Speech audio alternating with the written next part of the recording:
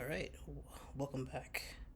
Welcome back to TransGuyReacts. My name is Nik. I make videos about women's basketball, collegiate or professional, and today I'm going to talk about the WNBA games for September 24th. Today's Tuesday. It is the playoffs, so these are post-season games. There's only two, and to be honest, I'm ready for the season to be over. It was a really long season because of the Olympic break, and the very, very one-sided narrative that was being pushed about Caitlin Clark the entire season and her racist fans. So it's just been really exhausting, and I'm tired of it, and I'm kind of ready for the season to be over. But we've got semifinals and we've got finals to go, so still more basketball. But the two games that were on today, the Atlanta Dream versus the New York Liberty was on ESPN. The Liberty were leading 1-0. Dream had to win this game to stay alive in this best of three series. The commentators for this game were Ryan Ruocco, Rebecca Lobo, and Holly Rowe. They were on the call, and I hate it. I hate when they call games. They've been calling games probably for the last 15 years, and I'm tired of hearing their voices, to be honest. It's just really boring. But get to the game. The first quarter, Alicia Gray was playing great. She scored like 14 points in that first quarter, and Dream were making a really big impact right away, and they ended the quarter 28-19. In the second quarter, Leonie Fibich got into her three fouls in the second quarter, so she was in some foul trouble and she had to sit down. But the Liberty did come roaring back to even up the score in the second quarter. They cut to the crowd, and there was lots of celebrities in the building because it was New York. So like Whoopi Goldberg, Sue Bird was there, Pharrell, Gabby Thomas, like a whole bunch of celebrities. Anywho, back to the game. The end of the second quarter, it was 48-43. Then they cut to the halftime show, which was the WNBA countdown. Had LaChana Robinson, Andrea Carter, and Carolyn Peck. Love to see them. I love their analysis. They've been covering the WNBA for years, like decades.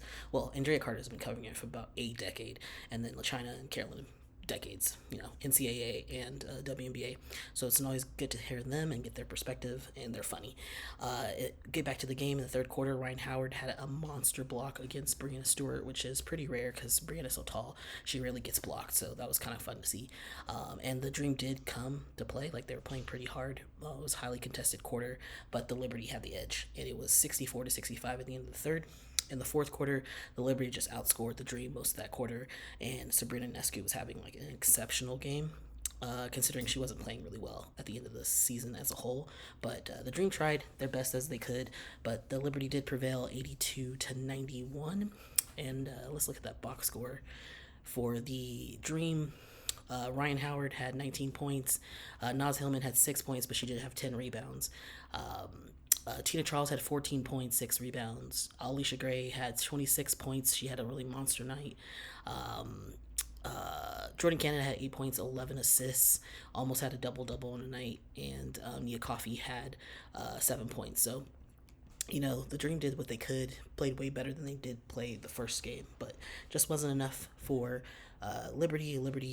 Brianna Stewart had 13 points, 6 rebounds. Jonquel Jones had 20 points, 13 rebounds for a double-double. She also had 2 steals and 1 block.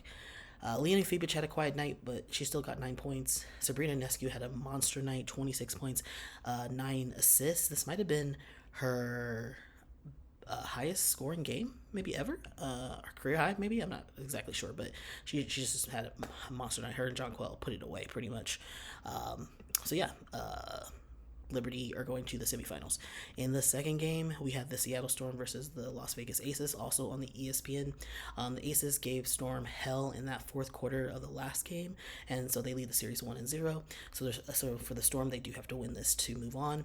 The good thing is that Ezi Magmabor is back from concussion protocol, so she is a really big, important piece to their game. So having her back was really helpful.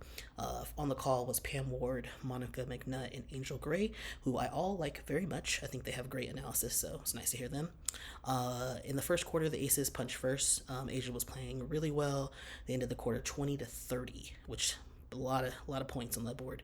In the second quarter, the Storm came back, and Ezi Magmabor was making some really good moves in that quarter. Even got it to respectable numbers. It was 38-45 at the end of the second quarter. And then on the halftime, they did the WNBA countdown again, the halftime show with LaChina, Andrea, and Carolyn. Love that. Then we go back to the game in the third quarter. This is a pretty good quarter, I would say. It's back and forth. Even though both teams were struggling to score, it was like a fun quarter to watch. And that quarter ended 57-62. In the fourth quarter, Ezzy does pick up her fourth foul, so I was like, ooh, it's getting tight here. But the Aces do have the edge in the fourth quarter and pretty much seal it up because with 40 seconds left, Gabby Williams does hit a three, and then I'm like, oh, the momentum's shifting to the Storm. It's 76-82, and then the Storm start to play the foul game, which I don't love, but they end up fouling Kelsey. Kelsey makes one of two. Then Jackie gets a turnover and pushes it to Tiffany Hayes, and they just run out the clock because they're just like it's done. So the score was 76-83. Aces win, and now the Aces will be playing the New York Liberty in the semifinals, best of five. Now let's look at the box score for this game. For Seattle, Gabby Williams had 20 points, so she played exceptionally well. Wish she could have been in the league earlier, but she had commitments with the French national team. Nek had 16 points, 10 rebounds for a double-double. She also had 4 steals, which is outstanding. Ezzy McLevore had 14 points, 7 rebounds. Jewel Lloyd only had 9 points, kind of a quiet night for her. Skylar Diggins-Smith had 13 points, 10 assists for a double-double. She also had 3 steals and 1 block. So really good effort from Seattle, just wasn't enough because of the Aces had just a little bit more firepower. Jackie had 9 points, 9 rebounds, 1 steal.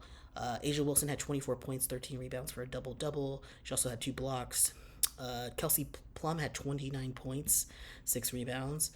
Chelsea Gray had 12 points, 9 assists. Quite a few turnovers, though. A little bit high on the turnovers, but it's okay.